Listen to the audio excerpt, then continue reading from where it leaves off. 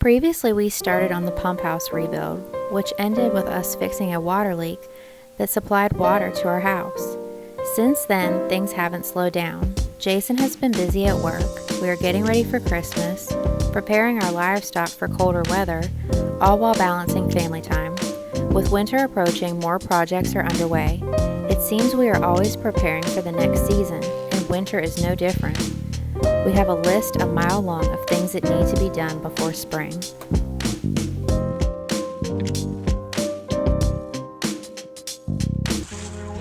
Today we are working on fixing up our coop. Jason built this coop about 2-3 years ago, and it fits approximately 20 chickens. We found over the years that it's not predator proof, so we're going to work on building a fence around it, enclosing any gaps where any predators could get in. We're also going to paint because, as you can see, a lot of the paint has come off of it. We use this all from scrap material that we had on our property. The front door is actually a standard door.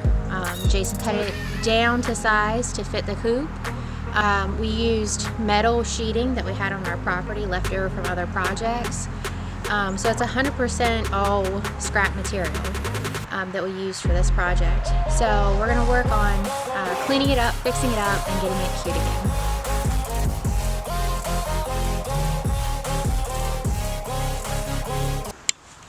Like an area, and have it like a platform from when they come out the coop, stand up here, kind of move around.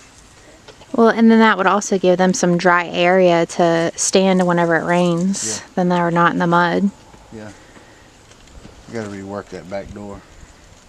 Yeah. You gotta rework that. You got a lot of fixing up to do. I know. It was something that we did real quick and simple and easy just to have chickens on the farm. And it's beautiful, it just needs work. And that's what happens when you use a lot of scrap material. All scrap wood. It's going to need some work. Be careful for that. So what we're thinking is, we're going to connect to this post. Jay has a post going in here, as you can see. And then over here, we're going to connect to this post. So this will basically be a big square for the chickens. We also want to put in a netting over top here so that we can walk in and it's easier to clean.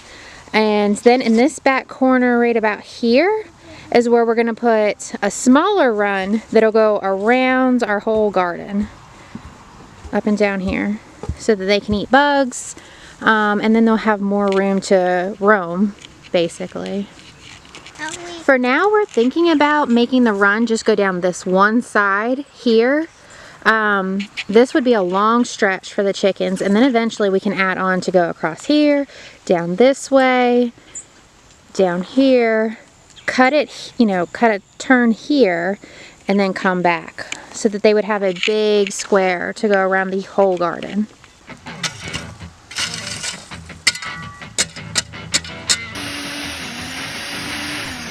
We took the chicken manure from where the coop was and spread it in our garden beds.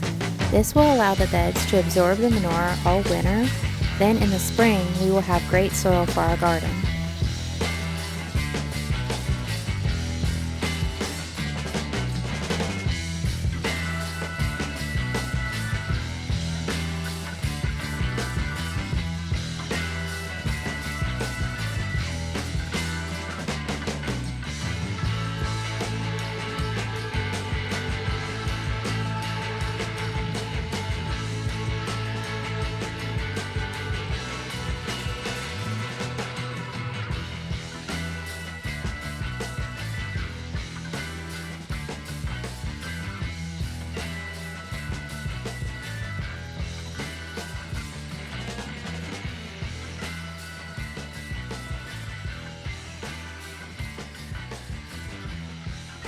And you might be wondering why we have cardboard all in our flower beds.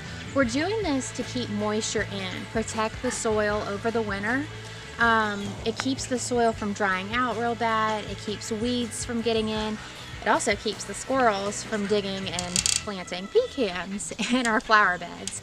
So that's what we have done is we've taken the chicken manure, as you've seen in the video, scraped that out from where the coop was, put it all in these beds, and now we're putting cardboard on top to lock in the moisture and protect the soil over the winter.